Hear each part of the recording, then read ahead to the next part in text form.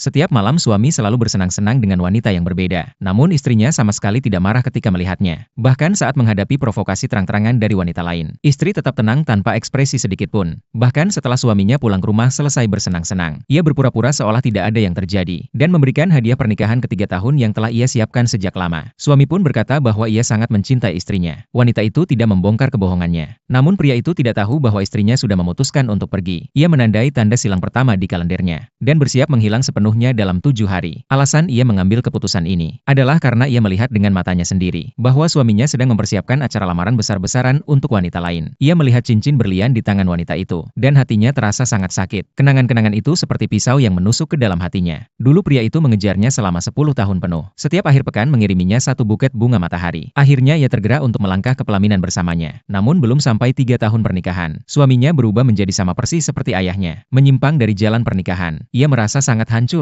dan sangat menyesal tidak mendengarkan nasihat ibunya. Pernikahan bukanlah tempat berlindung bagi wanita. Memiliki keluarga tidak berarti harus meninggalkan karir. Pria yang punya uang pasti akan berubah buruk. Kata-kata itu menjadi kenyataan dalam hidupnya. Ia bertekad untuk pergi secara diam-diam di hari peringatan pernikahan mereka, sekaligus menyelesaikan keinginan terakhir ibunya sebelum meninggal. Ia masuk ke laboratorium pembekuan tempat ibunya dulu bekerja, dan memutuskan untuk menggunakan dirinya sendiri sebagai objek eksperimen. Setelah itu ia memasukkan surat kematian ke dalam kotak hadiah, dan mengatakan bahwa ini adalah kejutan untuk hari peringatan pernikahan, serta berpesan kepada suaminya agar membukanya di hari itu. Di tengah malam, ia merapikan semua barang-barangnya. Saat suaminya pergi menemui wanita lain, ia bersama sahabatnya diam-diam datang ke depan rumah wanita itu, dan menyaksikan sendiri kebahagiaan suaminya dengan wanita lain. Di saat itu, ia merasa lebih tenang daripada sebelumnya. Ia tahu, itulah sifat asli suaminya. Namun setelah semuanya selesai, suaminya tidak pernah menginap di rumah wanita lain. Walaupun wanita itu sudah berusaha keras untuk menyenangkan dirinya, ia tetap memilih pulang ke rumah, karena ia sudah menyepakati hubungan dengan wanita licik itu, bahwa mereka hanya saling memanfaatkan. Selain kebutuhan biologis, ia tidak memiliki perasaan lain terhadap wanita itu. Ketika menerima telepon dari sahabat istrinya, yang mengatakan bahwa istrinya pingsan, ia langsung panik dan segera pergi ke sana. Namun ia tidak tahu, wanita itu sudah mengandung anaknya, dan bahkan berencana menggunakan anak itu untuk merebut posisi istri sah. Hari saat istrinya keluar dari rumah sakit, wanita itu sudah berdiri di depan pintu rumah mereka. Dengan sombong mencoba mengajak berbicara dengannya. Suaminya tanpa ragu langsung menolak. Namun wanita itu tetap tidak menyerah. Ia dengan bangga memamerkan bahwa ia telah mendapatkan cinta pria itu. Istri tidak ingin berkata apa-apa lagi. Ia berbalik pergi. Ia tidak menyangka bahwa suaminya sama sekali tidak peduli pada hubungan mereka. Bahkan dengan terang-terangan menjadikan wanita itu sebagai brand ambassador. Bahkan saat ia sedang mencoba gaun pengantin, suaminya masih sibuk menonton siaran langsung wanita itu. Dalam siaran langsung tersebut, wanita itu sengaja menyebut pacarnya dan memuji kebiasaan romantis mengirim bunga matahari setiap minggu. Bahkan teman-temannya mulai menyadari ada yang aneh. Ia tidak dapat menahan rasa sakit lagi. Langsung jatuh lemas di lantai.